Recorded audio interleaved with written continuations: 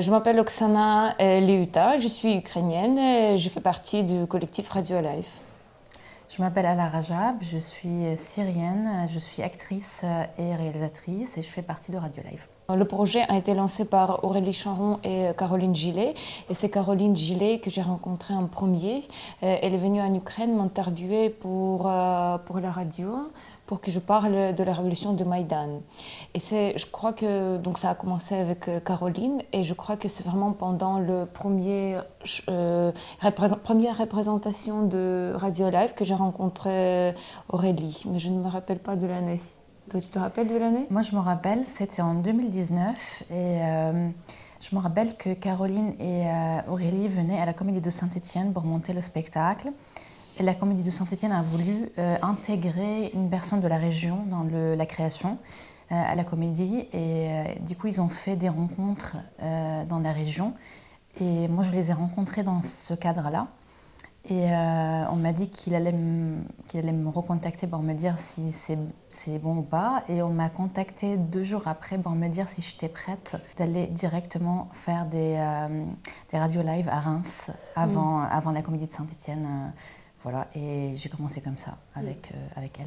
Je pense que c'est surtout Aurélie qui enfin pour ma part, je vais parler pour ma part, comme je vis en Ukraine, souvent quand je pars en mission par exemple avec les journalistes, Aurélie me contacte et me propose d'envoyer les photos, les vidéos de ce que je vois, de ce que je vis. Donc de temps en temps je lui envoie des choses et après c'est elle fait le choix si elle veut l'inclure ou pas, si elle veut approfondir quelque chose de ce que je lui ai envoyé dans le show. Moi, je pense que c'est avec le temps, avec Aurélie, en fait, pour alimenter le projet, je pense qu'on entretient maintenant une relation d'amitié presque. Enfin, on prend tout le temps de nos nouvelles et du coup, elle nous envoie tout le temps des choses, il nous demande des nouvelles, donc on envoie des choses et on a envie de lui dire, de lui raconter. Enfin, ça devient une relation un peu d'amitié où on a envie de lui dire qu'est-ce qui se passe dans nos vies. Et c'est vrai qu'elle récupère la matière quand c'est intéressant pour le projet aussi. Et il y a aussi autre chose, je pense que en Ukraine comme en Syrie, il y a des choses qui se passent. Enfin, c'est des villes, on vient des villes et des pays qui sont en bon mouvement. Je ne sais pas si c'est le sens positif ou négatif de moi, mais ça peut être ça ou ça, mais il se passe des choses dans nos vies du coup et dans nos pays d'origine qui font que ça ajoute de la matière au fur et à mesure au projet. Ouais. La première fois. Je crois que c'était aussi à Reims. Reims, oui. Mais à l'époque, Radio Live ne ressemblait pas tout à fait à Radio Live qu'on voit maintenant. C'était plus, ça ressemblait plus à la conférence. On était assises devant le public avec quelques photos, vidéos. Il y avait quelqu'un qui faisait la peinture, mais c'était vraiment plus vraiment comme donner la conférence, ça ressemblait moins au théâtre. Comment c'était? Alors, comme moi je suis comédienne, c'était pas la première fois que je voyais le public, donc je pense que ça s'est bien passé. Je n'ai pas de souvenir très particulier du choc ou de quelque chose comme ça. Et toi? Moi, je pense que je n'étais pas autant choquée, mais moi, mon expérience de comédienne elle est venue après Radio Live, parce que j'ai fait une école de cinéma et après j'ai joué dans le cinéma et tout ça. Et du coup, la première fois où j'ai monté sur scène, c'était à Reims aussi. Et je me rappelle que j'avais donné mon dos au public tout le temps. Et j'ai parlé, il n'y avait pas de problème, j'ai tout raconté, mais en fait, on ne me voyait pas, presque. Et c'est vrai qu'il y avait c'était des scènes assez petites où il n'y avait pas beaucoup d'éléments sur scène et on était 3 au départ. Oui. Et maintenant on revient à 3 aussi dans ces nouvelles créations.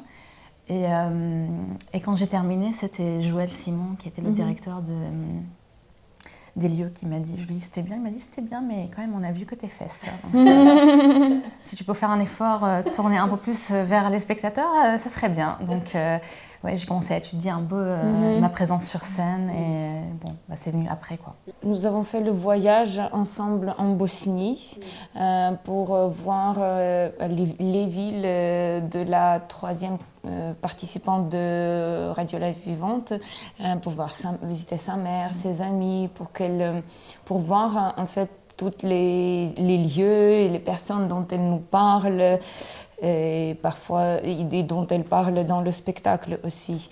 Et ça, c'est quelque chose de nouveau parce qu'on a fait le voyage commun avec des vidéos en commun, mais quand je pense à ce qu'on a pu faire de nouveau, je pense surtout à ce voyage.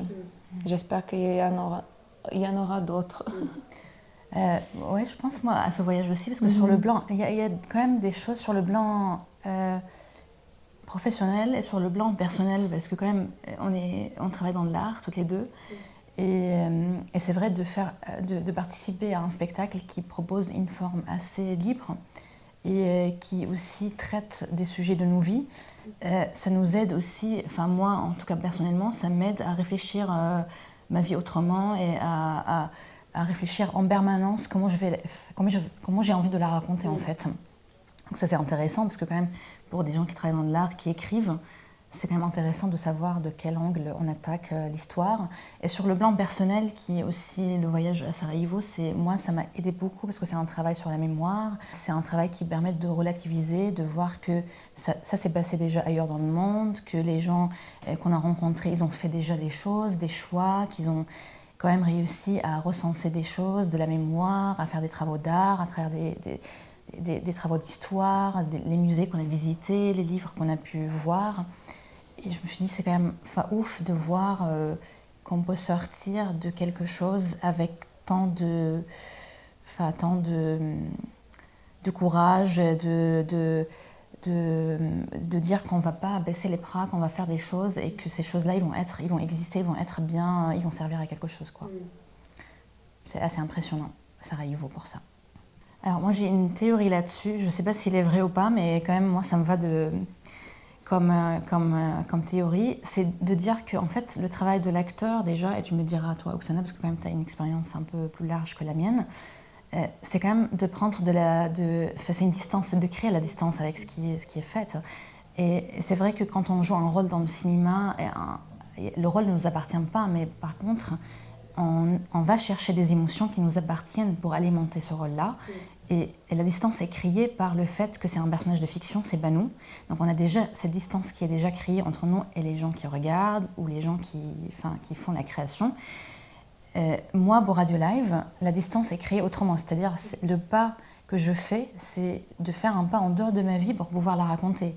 Et pas le contraire. Enfin, quand je suis devant une caméra pour un rôle, je fais un pas à l'intérieur de ma vie pour pouvoir alimenter le rôle. Mais dans Radio Live, c'est un pas en dehors pour pouvoir la voir et ne pas être un peu dans l'émotion pendant qu'on est sur scène et qu'on raconte les choses. Okay. Voilà. Mais je pense que c'est un travail de distance. Parfois, on a de l'émotion, surtout quand on parle des événements ou quand d'autres participants parlent des événements qui viennent de se passer dans la vie. Il peut y avoir aussi des larmes ou des émotions beaucoup plus profondes, mais c'est vrai que moi, je me dis toujours que je ne veux pas prendre le travail de comédien en tant que psychothérapie. Donc, je pense aux spectateurs. J'essaie de penser aux spectateurs quand je le fais. Et je le fais surtout pas pour moi, mais pour les autres. Et sur le plan beaucoup plus pratique, c'est parce que c'est pas la première fois qu'on le fait. Ce spectacle, on le joue depuis l'année dernière. Donc, au fur et à mesure, après avoir parlé plusieurs fois des mêmes choses, c'est plus intéressant de chercher la manière comment tu racontes ces choses-là. Mais moi, je vis moins les événements c'est moins aigu quand c'est la 10e ou 20e fois que je parle de quelque chose même dramatique ou tragique qui s'est passé. Le choix de faire de l'art ou de cinéma, c'est quand même d'être au plus proche. Je sais pas, je vais quand même être un peu abstraite parce que je sais pas si j'explique bien les choses tout le temps. Mais c'est comme quand tu vas prendre une image et tu es en gros blanc et puis tu prends une autre image et c'est en drone par exemple. Enfin, l'image que si je te montre aujourd'hui une ville bombardée par une drone, tu n'auras pas les mêmes émotions. Comme je vais, par exemple, te donner une photo de l'album photo de la famille qui a été bombardée pendant le bombardement. Donc, je trouve que l'art a la capacité aussi, a la faculté de donner cette image proche qui vient de l'album photo et que les médias ont la faculté de donner l'image de drone. Je ne sais pas si je m'approche un peu mieux, si je raconte un peu mieux les choses maintenant, mais c'est juste, je trouve que, enfin moi en tout cas en tant que spectatrice de cinéma, j'aime bien aller voir des histoires, on me propose des personnages dans des pays que je ne connais pas, avec des difficultés qui sont un peu les miennes. Par exemple, tous les êtres humains, ils ont des points communs. L'amour, la vie, la mort, enfin, il y a des rapports qui sont communs. Et en fait, c'est vrai que les médias ne les donnent pas. Enfin, quand on montre des réfugiés syriens qui fuient la guerre, qui sont un peu sales, en train de crier dans des états, c'est vrai qu'un Français n'a pas vécu ça. Il va pas aller se projeter dans la peau de ces gens-là. Du coup, il va sentir directement une distance avec le sujet. Et c'est pas bien. Mais s'il va au cinéma, il voit une Syrienne avec une histoire d'amour, qui va perdre cet amour-là parce qu'il y a la guerre. Et bien là, par cette histoire d'amour, la personne française, on va dire ça comme ça, il va pouvoir se projeter, parce que la mort, c'est un sentiment universel. Et je trouve que les médias, quand même, ne donnent pas ça. Enfin, l'art a la capacité de faire ça, et c'est très bien. C'est pour ça que j'ai envie de faire ça. Non, je reste sur la question d'avant, parce que je me sens toujours vexée quand elle a dit ça sur les médias, parce que moi je travaille pour les médias. Du coup, je me sens attaquée, mais de l'autre côté, je comprends ce que dit Alain. Parce que je pense que quand je pense aux autres conflits, aux autres guerres, c'est vrai que je les ai mieux compris avec les films de fiction. Mais je veux ici faire l'arbitre des médias, parce que je pense que pour faire de l'art, souvent il faut du recul, mais on ne peut pas dire qu'il ne faut pas informer les gens de l'actualité qui se passe. On ne peut pas ne pas savoir l'information de ce qui se passe dans le monde entier. Donc moi je pense que les médias ont quand même leur place dans notre vie, importante. Le rôle de l'art peut être beaucoup plus qu'informer, c'est beaucoup plus approfondir. Mais... C'est aider à faire des réflexions. Oui. On revient à ta dernière question là que tu viens de poser. Enfin, ouais. Je pense que c'est ce qu'on demande déjà aux gens qui voient le spectacle, c'est d'aller réfléchir un peu chez eux et de voter un beau bien après, quand il y a des élections. Moi, je l'ai demandé une fois l'année dernière, je pense. C'était peut-être de la Cité internationale. Oui, peut-être. Ouais. Il y avait une vidéo de ma petite sœur qui n'est pas montrée dans le spectacle d'hier, où elle disait qu'elle n'arrive pas à s'investir en France parce qu'elle a peur de devoir quitter la France à un moment. Et quand la vidéo terminait au Théâtre de la Cité internationale, j'avais dit votez bien. Enfin, il y avait des élections l'année dernière. J'avais dit votez. Pensez à qui vous votez, quoi. Je pense qu'il faut être subtil avec ça pour ne pas transformer le spectacle non plus en quelque chose de très éducatif où on veut dire nos idées et imposer nos idées parce que le public va aussi faire comme ça, refuser. Donc c'est vraiment très, très subtil. C'est raconter quelque chose pour faire réfléchir, je pense que c'est le mieux dit.